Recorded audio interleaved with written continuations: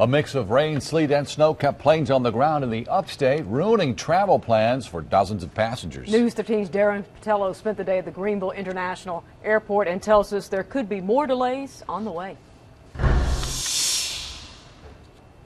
Upstate residents woke up to a wintry surprise this morning. The roads were all wet, and you don't know where they might be icy.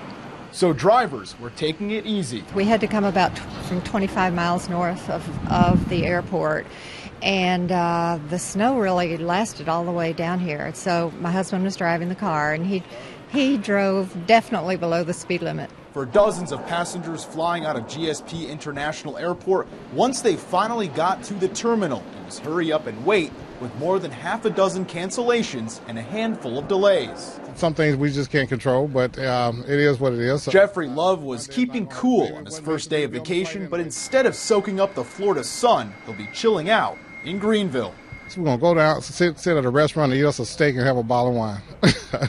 Love was planning to leave for Tampa at noon. It wasn't until an hour before he found out he was grounded. Maybe it wasn't meant for me to be on the flight anyway, so we're just going to take it as it is and get up in the morning and try it again. Meanwhile, inside the terminal this afternoon, other passengers were anxiously waiting to find out whether or not Mother Nature would be putting an end to their travel plans as well.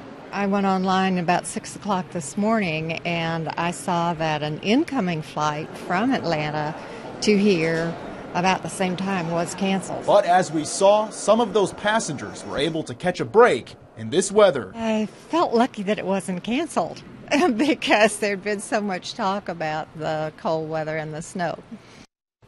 And for more information on the status of your flight, we'll have access to the latest information on our website, WLOS.com.